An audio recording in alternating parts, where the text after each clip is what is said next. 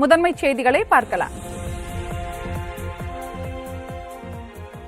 சந்திரயான் 3 விண்கலத்தின் லேண்டரில் இருந்து வெளிவந்துள்ள பிரக்யா ரோவர் தன் ஆய்வு பணிகளை தொடங்கியுள்ளது. இஸ்ரோ அனுப்பிய சந்திரயான் 3 விண்கலத்தின் விக்ரம் லேண்டர் நேற்று மாலை திட்டமிட்டபடி வெற்றிகரமாக நிலவின் தென் துருவ பகுதியில் தரையிறக்கப்பட்டது. இதனைத் தொடர்ந்து நிலவில் தரையிறங்கிய லேண்டரில் இருந்து அடுத்த சில மணி நேரத்தில் பிரக்யான் ரோவர் வெற்றிகரமாக வெளிவந்தது. இந்நிலையில் நிலவில் தன் ஆய்வு பயணத்தை பிரக்யான் ரோவர் தொடங்கியுள்ளது. இந்த தகவலை இஸ்ரோ தற்போது உறுதிப்படுத்தியுள்ளது.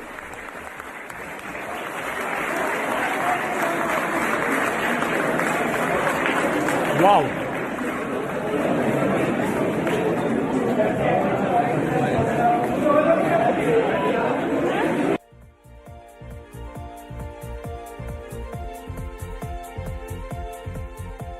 சந்திரயான் 3 விண்கலத்தின் லேண்டரில் இருந்து பிரக்யான் ரோவர் நிலவில் தரையிறங்கியுள்ள நிலையில் அதற்கு குடியரசுத் தலைவர் திரௌபதி முர்மு வாழ்த்து தெரிவித்துள்ளார்.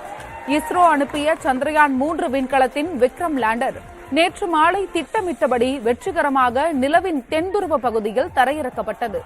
நிலவில் தரையிறங்கிய லேண்டரில் இருந்து பிரக்யான் ரோவர் வெற்றிகரமாக வெளிவந்துள்ளது.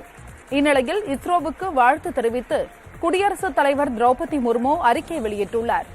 எக்ஸ் சமூக வலைதளத்தில் அவர் வெளியிட்டுள்ள பதிவில், சந்திரயான் 3 திட்டத்தின் அடுத்த வெற்றி இலக்கை நாம் அடைந்துவிட்டதாகவும் ரோவர் அனுப்பும் தகவல்களை அறிந்து கொள்ள விஞ்ஞானிகள் மற்றும் நாட்டு மக்களுடன் தானும் ஆவலுடன் காத்திருப்பதாகவும் குறிப்பிட்டுள்ளார்.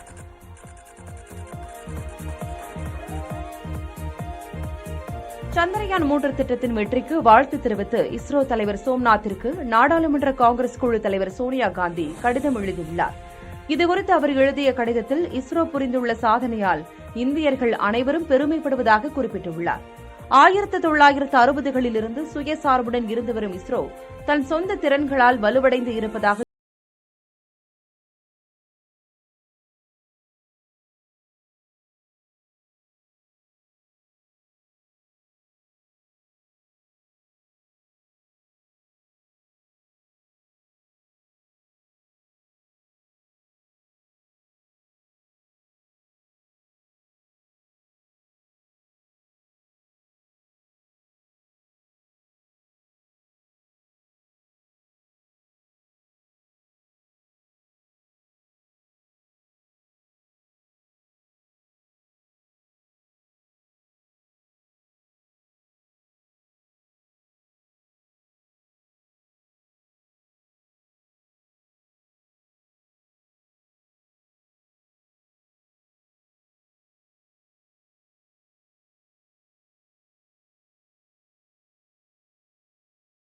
விண்கல திட்டம் வெற்றி பெற்றுள்ள நிலையில் அது நாடெங்கும் உள்ள மக்கள் மனதில் உற்சாகத்தை ஏற்படுத்தியுள்ளது.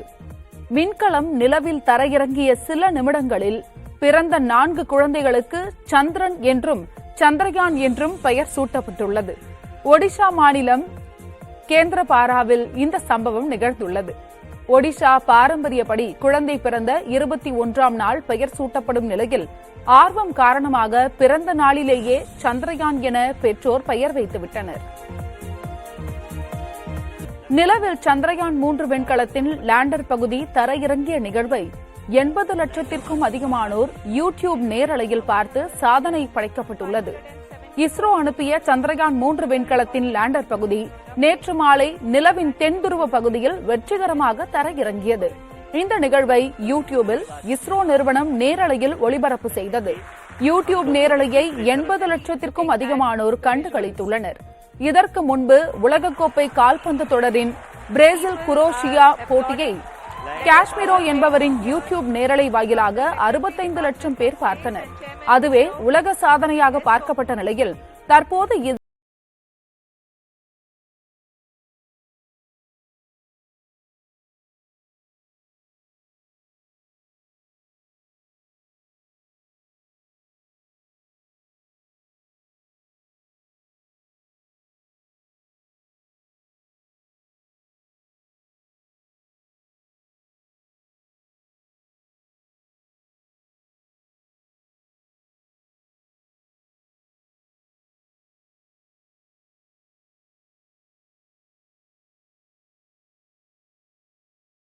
இந்தியாவின் இஸ்ரோவை பாராட்டி செய்திகள் வெளியிட்டுள்ளன.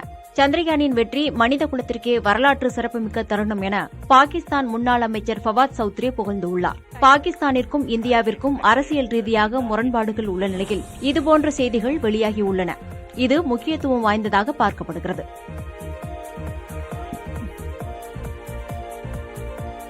கனமழை எதிரொலி சென்னையின் பிரதான குடிநீர் வழங்கும் ஏரிகளின் ஒன்றான செம்பரம்பாக்கம் ஏரிக்கு நீர்வரத்து அதிகரித்துள்ளது.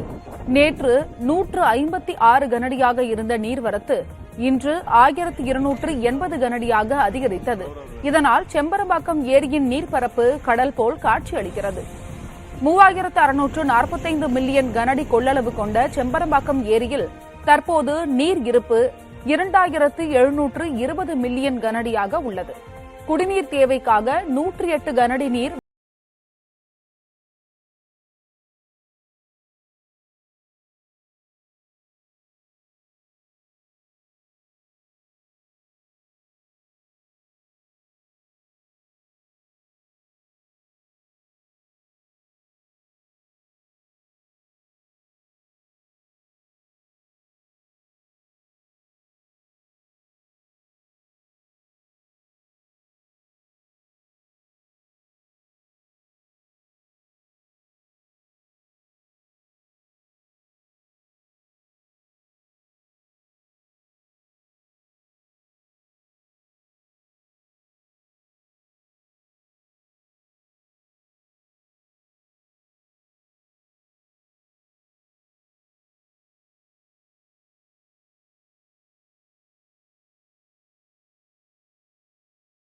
கோவை பாரதியார் பல்கலைக்கழக பட்டமளிப்பு விழாவிற்கு வந்துள்ள ஆளுநருக்கு அனைத்து முற்போக்கு அமைப்புகளின் சார்பில் கருப்பு கொடி காட்டும் போராட்டம் நடத்தப்படும் என அறிவிக்கப்பட்டது. நீட் தேர்வு எதிர்ப்பு, மசோதாக்களை நிலுவையில் வைத்திருப்பது உட்பட ஆளுநருக்கு எதிராக பல்வேறு குற்றச்சாட்டுகளின் பேரில் இந்த போராட்டம் நடத்த அழைப்பு விடுக்கப்பட்டது. இந்நிலையில் தந்தை பெரியார் திராவிடர் கழக பொதுச் செயலாளர் ராமகிருஷ்ணன் தலைமையில் கோவை மருதமலை சாலையில் போராட்டம் நடத்த திரண்டவர்களை காவல்துறையினர் கைது செய்து வாகனங்களில் ஏற்றி அழைத்து சென்றனர். இதற்கிடையே ஆளுநர் கோவை பயணம் செய்த இண்டிகோ விமானம் புறப்பட தயாரான போது விமானிக்கு திடீர் உடல்நலக்குறைவு ஏற்பட்டதால் 1 மணி 20 நிமிடம் தாமதமானது.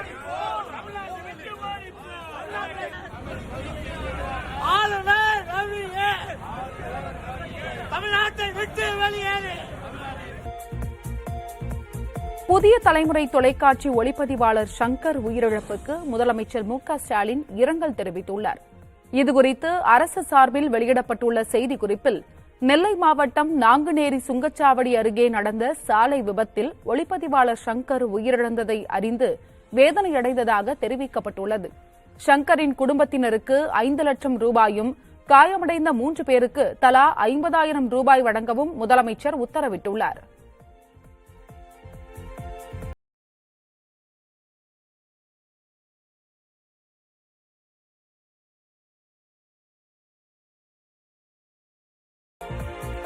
படுகாயமடைந்து மருத்துவமனையில் சிகிச்சை பெற்று வரும் 3 நபர்களுக்கு சிறப்பு சிகிச்சை அளிக்கவும் முதலமைச்சர்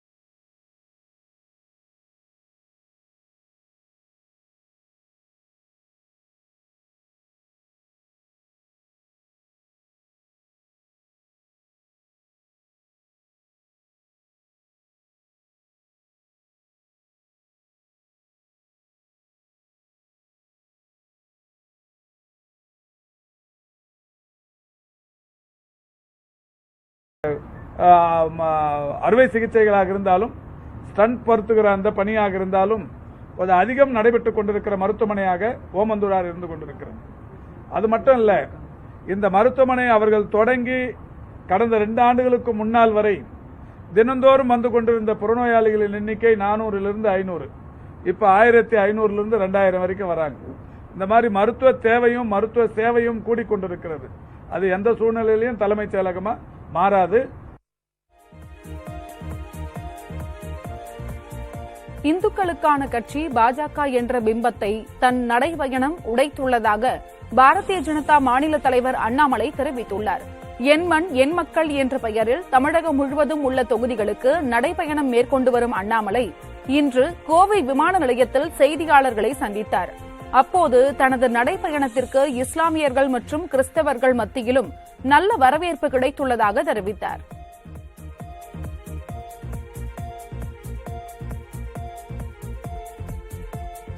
எத்தனை நாளைக்கு தமிழ்நாட்டுல இந்துத்துவ கட்சி இந்து கட்சி நாங்கள்லாம் கிறிஸ்தவர்களையும் இஸ்லாமியும் எத்தனை நாளைக்கு வண்டி ஓட்டுவோம்? அதையும் இந்த நடைப்பயணம் உடைத்து விட்டது.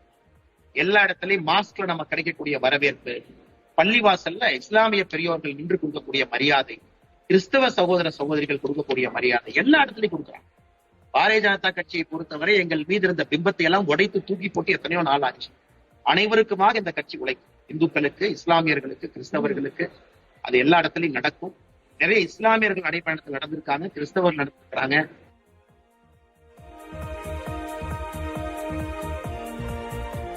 இந்திய மல்யுத்த கூட்டமைப்பின் உறுப்பினர் அங்கீகாரத்தை உலக மல்யுத்த கூட்டமைப்பு ரத்து செய்தது.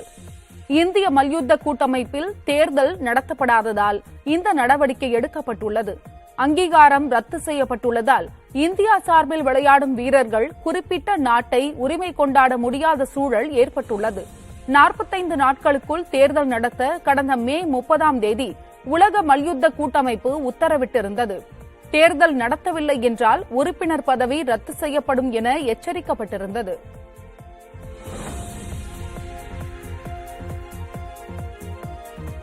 தமிழ்நாடு மற்றும் புதுச்சேரியில் வரும் 30ஆம் தேதி வரை மிதமான மழை பெய்ய வாய்ப்புள்ளதாக சென்னை வானிலை ஆய்வு மையம் தெரிவித்துள்ளது.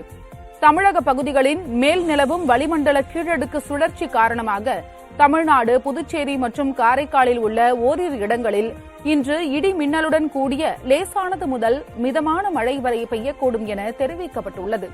சென்னையை பொறுத்தவரை அடுத்த 24 மணி நேரத்திற்கு ஓரிரு இடங்களில் இடி மின்னலுடன் கூடிய மிதமான மழை பெய்யக்கூடும் என வானிலை ஆய்வு மையம் தெரிவித்துள்ளது.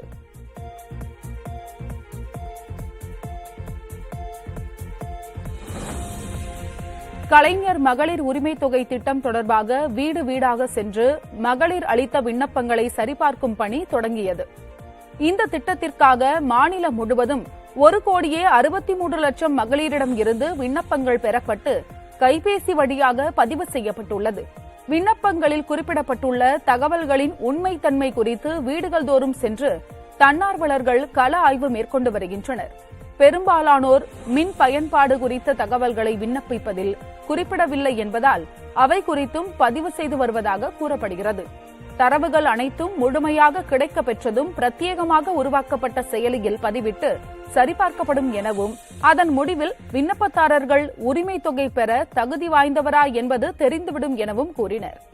விண்ணப்பதாரர் வசிப்பது சொந்த வீடா, வாடகை வீடா, கார் இருக்கிறதா, மாத வருமானம், மின் பயன்பாடு, என்ன வேலை செய்கிறார்கள் உள்ளிட்ட தரவுகளையும் உறுதி செய்து வருகின்றனர்.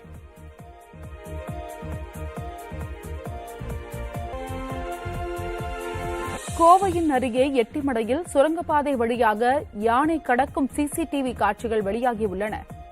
கோவை மதுக்கரை பகுதியிலிருந்து கேரள மாநிலம் வாளையார் வழியாக 2 ரயில் பாதைகள் செல்கின்றன. வனப்பாதையில் இந்த தண்டவாளங்கள் அமைந்துள்ளதால் யானைகள் ரயிலில் அடிபட்டு இறக்கும் நிகழ்வுகள் அதிகரித்த வண்ணம் இருந்தன. இதனால் யானைகள் பாதுகாப்பாக செல்ல வசதியாக சுரங்கப்பாதை அமைக்கப்பட்டது. அந்த பாதையில் முதல்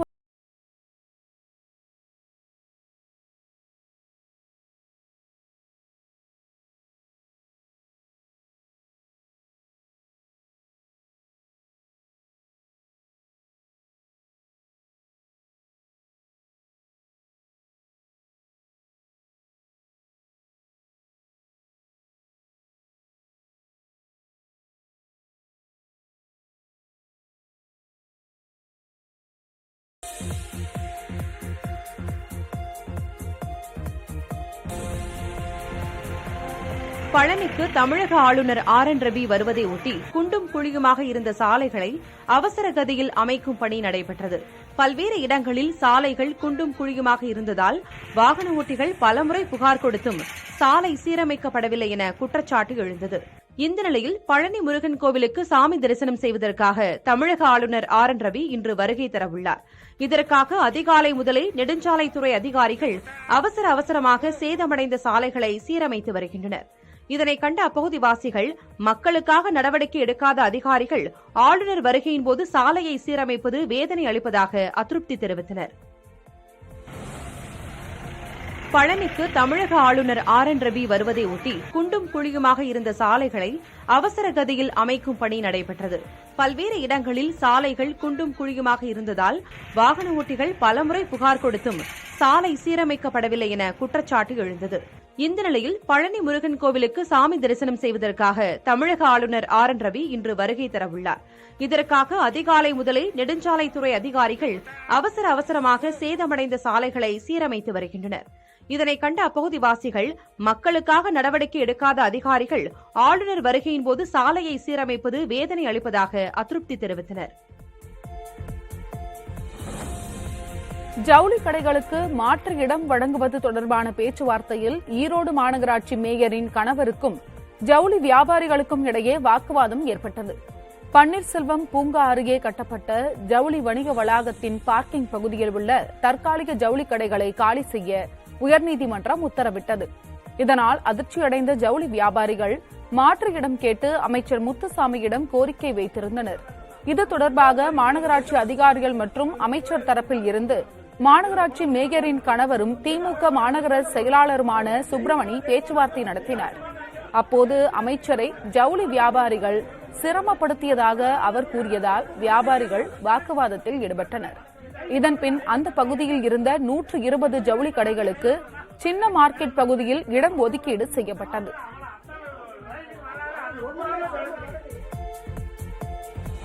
தாம்பரத்தை அடுத்த மாடம்பாக்கத்தில் வீடுகளை சூழ்ந்த மழைநீரால் பள்ளி மாணவர்கள் அவதியடைந்தனர்.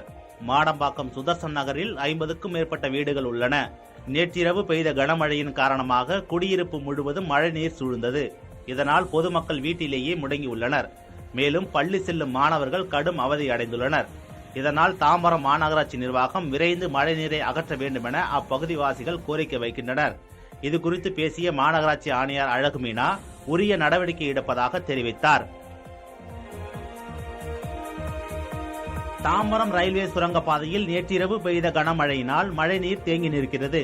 இதனால் வாகன ஓட்டிகள் GST சாலையில் இருந்து MES சாலை செல்வதற்கு 2 கிலோமீட்டர் தூரம் சுற்றி செல்ல வேண்டிய நிலை ஏற்பட்டுள்ளது. இதுகுறித்து மாநகராட்சி அதிகாரிகளிடம் கேட்டபோது சுரங்கப்பாதையில் தேங்கியுள்ள நீர் அகற்றப்படும் என தெரிவித்தனர்.